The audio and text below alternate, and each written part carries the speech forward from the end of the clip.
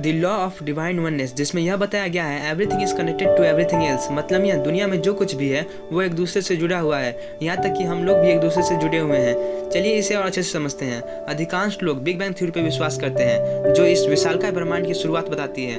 हुआ यूं कि अचानक से विस्फोट हुआ जिससे समस्त ब्रह्मांड का निर्माण हुआ। इससे तो यह साफ हो जाता है कि हम उस कण के हिस्सा हैं जो विस्फोट का रीजन था। इसीलिए हम सब एक दूसरे से जुड़े हुए हैं, जिसे लॉ ऑफ अट्रैक्शन में कभी कभार बताया जाता है। ऐसे कुल 12 लॉ हैं, जिसमें यह पहला लॉ है। अगर बात करें ये लॉ नियम को किसने बनाया, तो ऐसा माना जाता है कि ये 12 लॉ अनचेंजिंग, न बदलने वाले लॉज हैं, जो बाहरी नहीं है, हमारे जीवन के आंतरिक लॉ नियम है, जिसकी चर्चा एंशिएंट इजिप्ट में की गई है और एंशिएंट हवाईयन कल्चर से मेल खाती है। इस तरह से इसे नेचर्स लॉ भी कहा जाता है। महान साइंटिस्ट एल्बर्ट आइंस्टाइन ने कहा था, सब कुछ एनर्जी, ऊर्जा है और यही ऊर्जा सब कुछ है। आप जो रियलिटी चाहेंगे वैसी फ्रीक्वेंसी आपको मैच करनी है। इससे आपको मदद तो नहीं मिलेगी आपकी सोची रियलिटी पाने में, आप डायरेक्टली अपनी सोची रियलिटी को पा लेंगे। ये फिलॉसफी नहीं साइंस है, जो एल्बर्ट आइंस्टाइन ने बताया था। फ्रीक्वेंसी से आप कंफ्यूज हो गए होंगे कि क्या है फ्रीक्वेंसी। तो हमारे विचार, थॉट, शब्द, साउंड, इन सब के पास अपनी ऊर्जा, वाइब्रेशन या फ्रीक्वेंसी होती है। इसीलिए हमेशा हमें अच्छे बोलने और अच्छी सोच रखने की बात कही जाती है। और यही है दूसरा लॉ, जिसे लॉ ऑफ वाइब्रेशन कहा जाता है।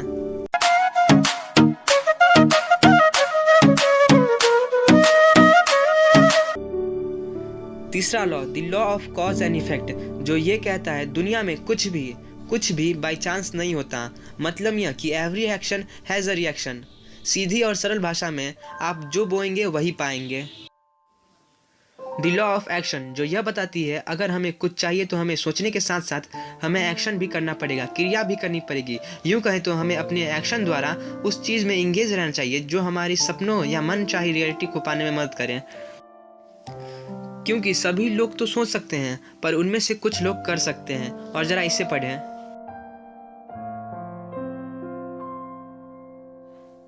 The law of correspondence, energy, light, vibration और मोशन सभी मेल जोड़कर प्रिंसिपल बनाते हैं। ये सभी चीज उस इथेरियल वर्ल्ड की निर्माण करते हैं जहाँ पर सब कुछ पॉसिबल होता है। फिजिक्स के लॉ और प्रिंसिपल नियंत्रित करते हैं इथेरियल वर्ल्ड को। लाइट, वाइब्रेशन, एनर्जी और मोशन के पास अपने कॉरस्पॉन्डिंग प्रिंसिपल एक दूसरे से मेल कर प्रिंसिपल बनाते हैं जो इथेरियल वर्ल्ड में होते हैं। द लॉ ऑफ कंपनसेशन, पहले आप कंपनसेशन का मतलब जान लें। कंपनसेशन का मतलब होता है क्षतिपूर्ति या हर्जाना। ये लॉ हमें बताती है कि ब्रह्मांड उन खाली जगहों को हमारे इच्छानुसार भर देती है, पर इसके लिए हमें अपनी ज़िंदगी में जगह बनानी होगी जिससे ये हो। अब काफ़ी लोग यही सोच रहे होंगे कि घर के बाहर एक गड्ढा खोद देते हैं और यूनिवर्स, ब्रह्मांड उसे हमारे इच्छानुसार भर देगा, पर ऐसा नहीं है। ये लॉ हमें यह बताना चाहता है कि हमें कॉन्स्टेंटली फोकस और एनर्जी देनी होगी अच्छी चीज़ों को और उन चीज़ों को जो हमें चाहिए इन ऑर्डर टू गेट इच्छा अनुसार outcome. The law of attraction, ये लॉ हमें सिखाती है कि आप कैसे किसी चीज़, किसी इंसान या इवेंट को पा सकते हैं या रियलिटी में ला सकते हैं। तो मैंने आपको पहले ही बता दिया था कि आपके थॉट्स नहीं, हमारे थॉट्स, फीलिंग, शब्द और एक्शन एनर्जी प्रोड्यूस करते हैं। आपको अपनी एनर्जी चाहे शब्द, फीलिंग, थॉट या एक्शन द्वारा उस चीज़ को अट्रैक्ट करने में लगानी चाहिए जो आपको चाहिए।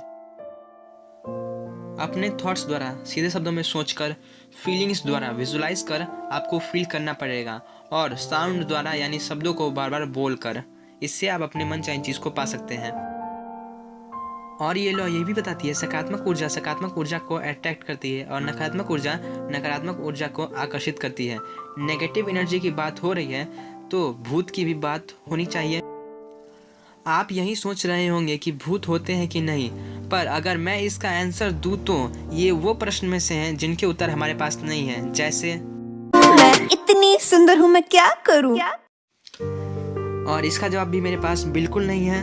तबाही मेरे कमरे में चुपके आई, मैं तो कर रहा था पढ़ाई, क्यों आई? अब क्यों आई इसका जवाब तो मेरे पास नहीं है। हाथ आंटी पुलिस से बुला के नाचे पुलिस के साथ, आंटी पुलिस से बुला के नाचे पुलिस के साथ। अब आंटी जी ने पुलिस बुलाकर खुद पुलिस के साथ नाचा।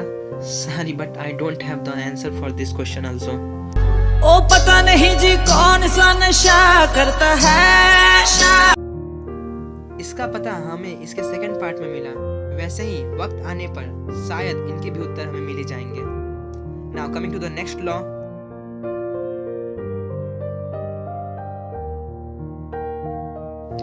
द लॉ ऑफ जेस्टेशन, इसका मतलब विकास की समय पीरियड।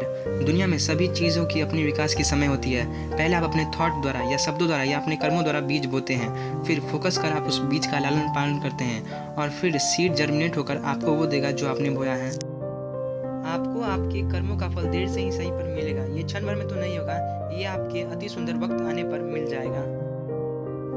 ये मैं आपको इसीलिए बता रहा हूँ क्योंकि मैंने आपको लॉ ऑफ अट्रैक्शन बताया था, जिसमें आप सोच की शक्ति से कुछ भी पा सकते हैं, पर उसके लिए समय लगता है और वो समय लगने के बाद आपको वो आपके अति सुंदर वक्त आने पर या समय आने पर मिल जाएगा।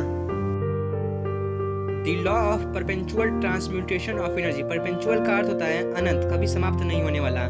ये लॉ हमें यह बताती है दुनिया में सभी इंसान के पास वह ऊर्जा होती है जिससे वो अपने लाइफ की कंडीशन को चेंज कर सकता है। आपको बस पॉजिटिव थॉट्स रखने हैं और हायर वाइब्रेशन जो अच्छे काम करने और अच्छी सोच रखने से मिलती है। तो बस आप हायर वाइब्रेशन कंज्यूम करें और फील करें। हम अपने अंदर की ऊर्जा को बदल सकते हैं यूनिवर्स के लॉ और प्रिंसिपल को समझकर, जो मैं आपको बता रहा हूँ और बताऊंगा। उससे आप अपनी ज़िंदगी को बेहतर बना सकते हैं क्योंकि ऊर्जा कभी ख़त्म नहीं होती, बस अपना रूप चेंज कर लेती, जो एल्बर्ट आइंस्टाइन ने बताया था। सिंपली जैसे बल्ब की ऊर्जा ट्रांसफॉर्म होकर गर्मी और रोशनी की ऊर्जा में बदल जाती है। The law of relativity. प्रत्येक इंसान अपने जीवन में नंबर ऑफ प्रॉब्लम से गुजरता है जो कि टेस्ट होते हैं उसके जीवन को और बेहतर बनाने के लिए। प्रत्येक टेस्ट या प्रॉब्लम से लड़ना होगा और अपने दिल की आवाज़ों को सुनकर प्रॉब्लम सॉल्व करना पड़ेगा। ऐसा इसीलिए क्योंकि प्रॉब्लम बढ़ने पर लोग बदल जाते हैं या कभी कभार बुरे बन जाते हैं, पर connection to the heart never let it B.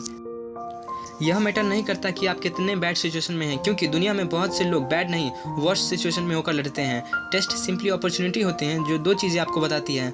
मैं जानता हूँ आप लोग यही सोच रहे होंगे, पहला बदल जाना या दूसरा बर्बाद हो जाना, पर हमेशा अच्छा सोचना चाहिए। इसीलिए वो दो चीज़ें हैं, पहला बदल जाना, दूसरा वक्त आपको खुद ब खुद बदल देगी। The law of polarity. हाँ, वही नॉर्थ पोल और south pole, but different meaning here. हम अपने अनडिजायरेबल और बैड थॉट्स को दबा सकते हैं या बदल सकते हैं अपने पूरे कंसंट्रेशन को अच्छी चीज़ों पर फोकस करने से। इसे लॉ ऑफ मेंटल वाइब्रेशन भी कहा जाता है। द लॉ ऑफ बिलीव, जो ये बताती है जो हम फुल्ली बिलीव करते हैं अपने थॉट्स या इमोशन द्वारा, वो रियलिटी बन जाती है। हम खुद के लिए अपने लिए लॉ खुद बनाते हैं जो हम सोचते हैं। अगर सिंपली शब्दों में मैं सारे लॉ की समरी कहूँ तो हमारे थॉट्स, फीलिंग, इमोशन, वर्ड्स के पास ऊर्जा होती है।